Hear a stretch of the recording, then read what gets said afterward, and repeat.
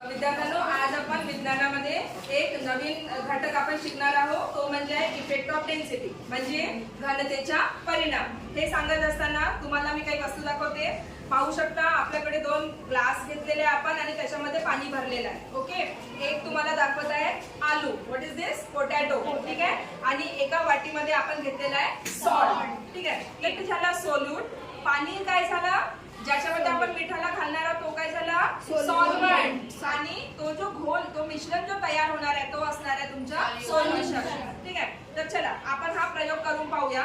सगळ्यात आधी आपण बघू शकता दोन्ही ग्लासेस मध्ये आपण सारख्या प्रमाणात पाणी घेतलेलं आहे, ठीक आहे। आता एका वाटीमध्ये जो सॉल्ट आहे याच्यातला मी 4-5 चम्मच सॉल्ट एका ग्लासामध्ये टाकणार आहे, ठीक आहे।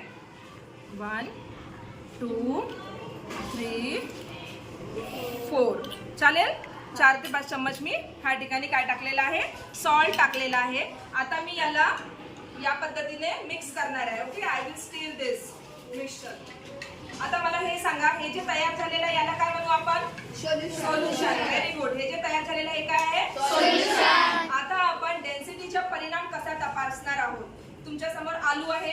आता ह्या आलूला काय करणार आहे, मी पहिल्या ग्लासात टाकते, ज्याच्यामध्ये काय आहे, फक्त पाणी आहे। आपण त्याच्यामध्ये काही मिक्स केलेला नाहीये। बघा आता काय होणार आहे, मी आलू ह्या पहिल्या ग्लासात टाकला, तुम्ही बघू शकता आलू काय झालेला आहे, बुडालेला आहे ना। पोटॅटो हॅज बीन सेंक, पोटॅटो हा पूर्णपणे बुडालेला आहे, बरोबर आहे। याचा अर्थ काय की ह्या पाण्याची डेन्सिटी कशी आहे, कमी आहे। ह्या पाण्याची डेन्सिटी कमी आहे म्हणून आलू बुडालेला आहे। आता हा आलू परत ह्याच्यातून काढूया आपण।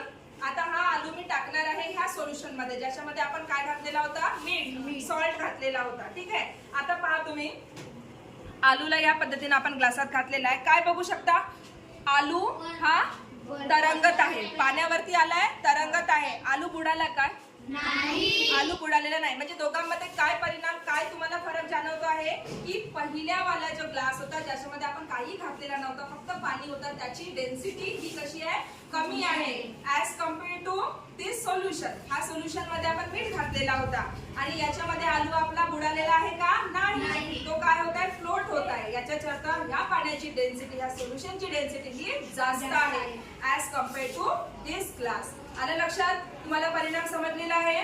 म्हणजे it is easier to swim in sea water than in well or lake. म्हणजे समुद्राच्या पाण्यामध्ये पोहणं हे तलावात पोहण्यापेक्षा किंवा विहिरीत पोहण्यापेक्षा थोडं सोपं असते का, why this happened, just because of salty water. म्हणजे सॉल्टी वॉटर याला डेन्सिटी कशी असते, जास्त असते as compare to normal water. म्हणजे साधारण पाण्यापेक्षा सॉल्टी वॉटरची डेन्सिटी ही खूप जास्त असते।